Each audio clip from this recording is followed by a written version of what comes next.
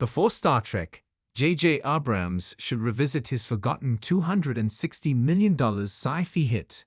Famed director J.J. Abrams hasn't released a new film since 2019, and though there have been talks of him making a fourth Star Trek movie, the project he really should dedicate his time to is a sequel of one of his greatest sci-fi hits. Since 1990, J.J. Abrams has been at the forefront of sci-fi and fantasy films and television. In 2009, he famously took on the reboot of Star Trek, and a few years later, he directed 2 Star Wars movies. However, after what happened to J.J. Abrams, he may need a break from iconic franchises.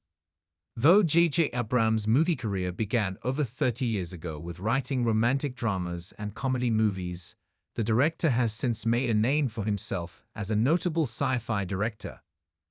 Aside from the major franchises like Star Trek and Star Wars, Abrams has become prominent for his television work, including Lost, Fringe, and Alias. In this way, audiences have come to expect great things from J.J. Abrams, and under this sort of pressure, it may be better for the director to take a step away from beloved franchises, and instead pursue smaller, more personal work.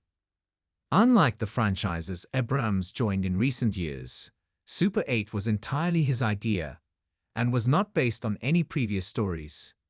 In this way, it is truly his. Abrams should return to Super 8 because of its success and its story. First and foremost, Super 8 did incredibly well upon its release in 2011. On a budget of $50 million, the film made $260 million. On top of that, critics praised the movie for its nostalgic value, its twisty sci-fi plot, and above all, its emotional tenderness. Additionally, Super 8 has a story that is easily expanded. So many years later, Abrams could do any number of things with it, including bringing back the old cast or starting fresh with new characters, but the same alien threat. Aside from being a great candidate for a sequel, Super 8 can also help Abrams leave behind his recent franchise issues. During the 2010s, Abrams was at the head of 3 pivotal sci-fi movies: Star Trek, Into Darkness, Star Wars, The Force Awakens, and Star Wars: The Rise of Skywalker. While it is nearly impossible for a film of that magnitude to avoid criticism, Abrams did receive quite a bit of flack during this time. Of Into Darkness, Abrams admitted that he struggled to find a strong thread for the film. More recently, Abrams' work on Star Wars really hurt his reputation.